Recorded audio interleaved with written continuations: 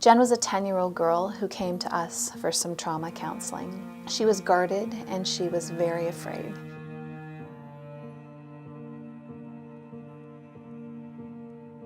She had just been through a horrific ordeal where the person who was supposed to be caring for her had almost murdered her and her younger sibling. She was finding it very difficult to trust any adult. So she would come into sessions, sit down in front of her therapist, and with her eyes filled with tears, all she could do to tell about the pain that was inside of her was nod for a yes or shake her head for a no. That would happen session after session. And over time, Jen began to trust. And so she began to open up about some safe things in her life, things like her interests and her hobbies. In one particular session, she happened to mention that she liked to write. And so her therapist picked a pad of paper and a pen out of her desk and wrote at the top, "Is there anything you'd like to write to me today?" and passed the pad of paper and pen to Jen without saying a word. Jen took that pad of paper and pen and started to write. And for the first time in months, all of that pain that was trapped inside of her began to come out.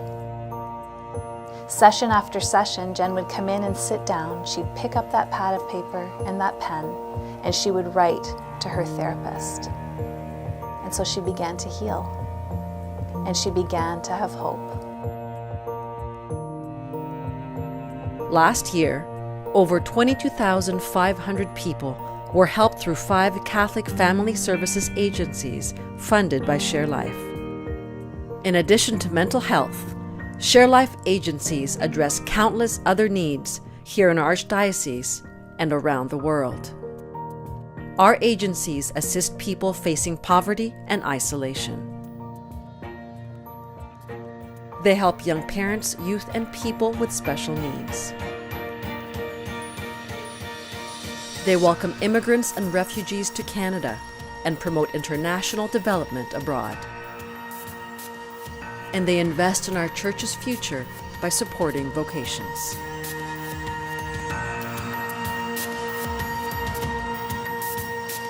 Without ShareLife's funding, we couldn't do what we do.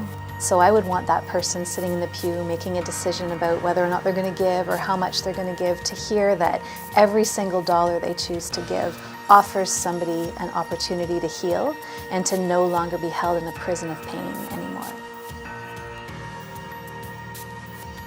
Our parish campaign goal is $13.6 million. Please give during the special collection or at sharelife.org.